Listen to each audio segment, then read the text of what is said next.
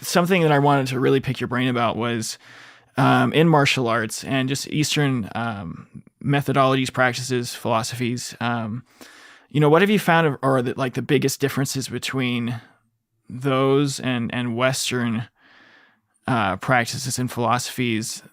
Especially regarding progress, personal growth, coming back from trials and things like that. Like, Mhm. what have you noticed, and how's that influenced your life experiences? Um, well, there are a couple. One, especially the older, the more ancient traditions, um, tended to emphasize circular thinking as opposed to linear thinking.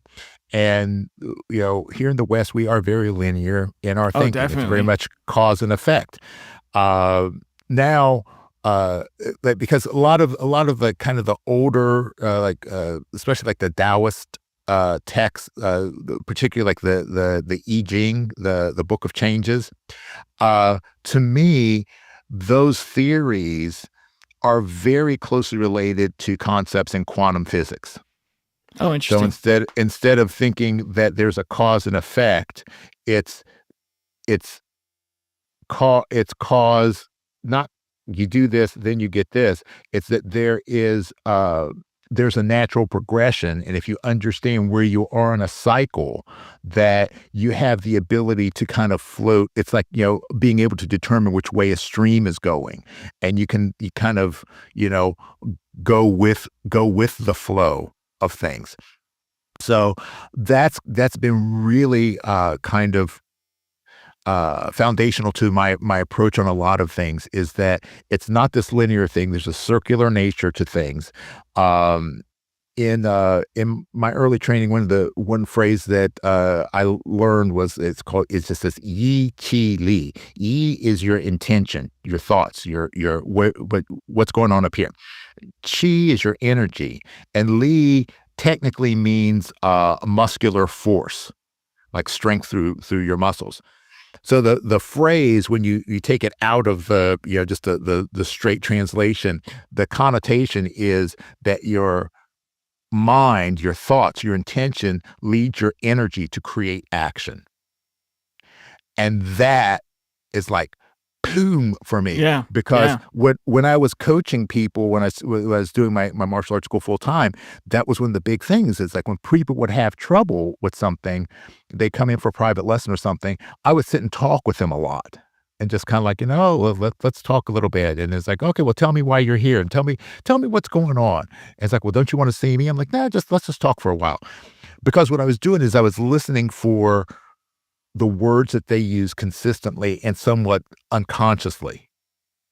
And that would tell me so much about their mindset, yeah, how they're thinking about things, because that's what drove the action. So I would listen to them, and then say, okay, now do something. And then I watch them and I go, oh, well, when you're doing this, you're thinking that. And they're going, how do you know that? I'm like, well, because, you basically told me first through your speech, and then when you moved, I saw that manifested in your movement. So if we want to change your movement, we got to change the way you're thinking about it. Boom. And yeah, that's it. And so, like, when we think about, like, for music, if you think, yeah, like Henry Ford said, whether you think you can, think you can't, you're You're right. right. Yeah, yeah. So, like, if you think you're going to flub a section, like, crap, I always blow this one section of the Haydn or the Hummel or whatever. It's like, if you're thinking that way, you're setting yourself up to actually fail, right? If you think that you're going to nail it, not saying that you're going to do it 100% of the time, but you're going to be much closer than if you have the negative thoughts. Um, and then also, it's not just exactly the things that you're thinking, it's the way you're thinking. So the way you think affects the way you breathe, because your breath and your intention are connected. Right. If you're in a mental state where everything is like buzzy, buzzy, buzzy, thousand thoughts, then your breath is going to be more shallow. If you're very depressed, your energy's down, your breath is going to be low, but also very shallow. It's not because you're kind of compressing the thoracic area, and you're just kind of having that sort of breathing. So if you as a trumpet player, if your mind is not in the right place, or any kind of brass player, any kind of wind player, if your mind is focused and clear and it's energized, not anxious, not depressed, but just very clear, very centered, and your thoughts are smooth. So you're not jumping from thing to thing, because as soon as you start jumping from thing to thing, then the energy in your body starts jumping, and then you become very chaotic. When you get into the zone, your thoughts are clear and they're smooth, which means that your breath is going to be clear and smooth, which means your technique is going to be clear and smooth. So it all works together.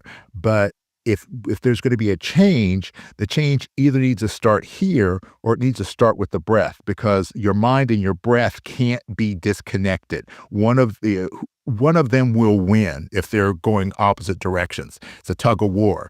So the one that's the strongest, which is generally your thinking, is what's going to pull you in one direction. But that's why you can use your breathing techniques to change your mindset, because if your mind is going like this and you can consciously slow your breathing and smooth it out, not like slow tense, but just very, very slow, fluid in and out, almost like playing a legato phrase, then your mind has no choice but to match that state.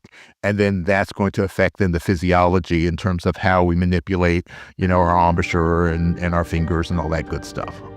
Hey, thanks for tuning into this episode of Trust the Process, the official podcast of Musician Unchained, the newest coaching program dedicated to helping musicians navigate and overcome injury. But before you go, I have a few quick ways you can stay connected and support our growing community. First of all, I'd love to hear from you. Shoot me a text with the link below and share your thoughts, questions, or just say hi. You can also check the show out on Instagram, Facebook, and TikTok. We also would love to see you in our Facebook support group, Trust the Process Podcast Injured Musician Support Group. If you found value in today's episode, consider making a donation to support our mission of empowering musicians worldwide. Every contribution helps us create more content and resources for you. So visit link number 2 below to support the mission.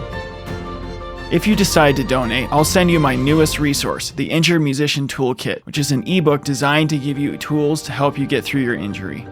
Subscribe to our newsletter to get exclusive insights, tips, sneak previews of episodes, and announcements straight to your inbox. Act now and I will send you a free gift. So sign up at www.musicianunchained.com/newsletter. And if you or someone you know would like to go deeper with me in the topics of injury and mindset, head over back to musicianunchained.com and check out the Let's Hang tab. As always, I want to thank Daniel Baldwin, my audio engineer, and my sister Dana Lovell for her help with the promotional materials. There is no podcast without them. But before I go, I want to tell you how much I deeply appreciate your time and support. You are not alone on this journey. There are musicians and educators out there who need this resource, and we need to get it to them. Together, we are breaking the chain of old habits and thought patterns that don't serve us anymore, and unchaining the potential within ourselves to face each challenge with strength and resilience. So, as I always say, keep on keeping on, and keep trusting the process. Until next time.